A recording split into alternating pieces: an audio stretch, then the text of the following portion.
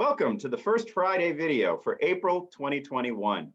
My name is Michael Socolow, and I'm the director of the McGillicuddy Humanities Center here at the University of Maine. And I'm pleased to be joined today by Leela Stockley, a McGillicuddy Humanities Center Fellow in spring 2020 and fall 2020. Leela is a double major in Anthropology and Journalism, and her McGillicuddy Humanities Center undergraduate fellowship project was titled Double Standard: Protest Coverage and Racial Bias. And you can find that video here at the video of her public presentation here at our YouTube channel. All right, welcome, Leela. Hi. All right, today I'd like to begin by asking you, how did you decide to originally apply for an undergraduate fellowship? So I have been involved on the University of Maine campus for a long time. I've worked at the Multicultural Center. I've worked as an RA, and I have worked for the Maine campus, which is the University of Maine student-run newspaper, for 3 years by this point. In the fall of 2019, when I was alerted of the McGillicuddy Humanities Fellowship, I was interested in exploring topics about racial justice because there were a lot of conversations that were happening on the University of Maine campus at the time that circled around racial justice and how to promote that for the University of Maine community. And in those conversations, I found that a lot of people were in those conversations, I found that a lot of people were questioning the information that they were getting from public news sources and how that information was representing racial justice issues, either in a positive or negative way. And as a journalism student, I have worked as the news editor for the Maine campus.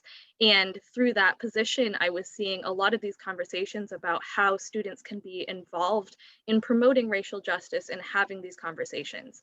And I really wanted to pursue a project that would allow me to understand the depth of these conversations, as well as understanding how, as a journalist, I can be more involved in promoting racial justice dialogue and how to encourage others to think about the way that the wording and the way that they are engaging with the media that they are consuming impacts those issues. Wonderful. How did the fellowship help your undergraduate curriculum and inform your University of Maine experience? Yeah, so I've taken a number of journalism courses throughout my time at the University of Maine as a journalism student, and we've had a lot of conversations about wording and how to structure journalistic articles to convey the information that is necessary.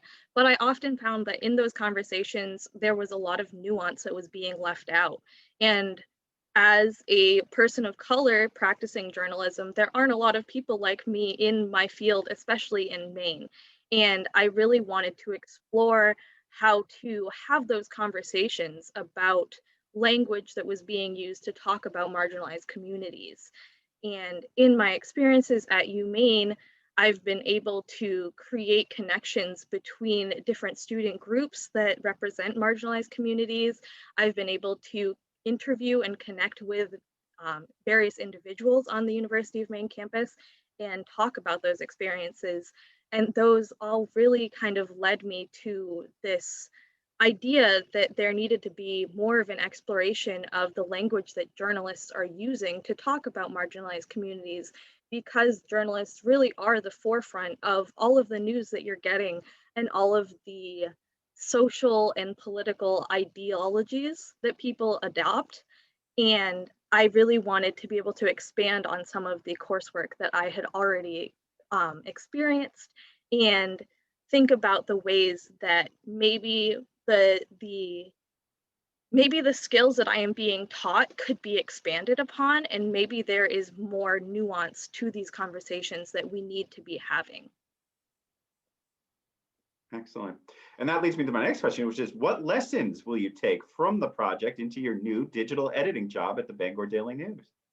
Yeah, so this is a great question, and I was really looking forward to this one. So Throughout my project, I learned a lot about the different structures that are present in journalism and the way that those structures can serve or underserve marginalized communities.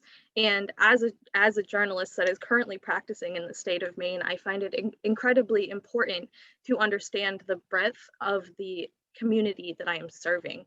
And many people kind of come to Maine with this idea that it's just this monolith of a state, and there are, you know, older people here, and they don't necessarily consider the fact that there are a lot of younger people that are really involved in a lot of conversations about equity.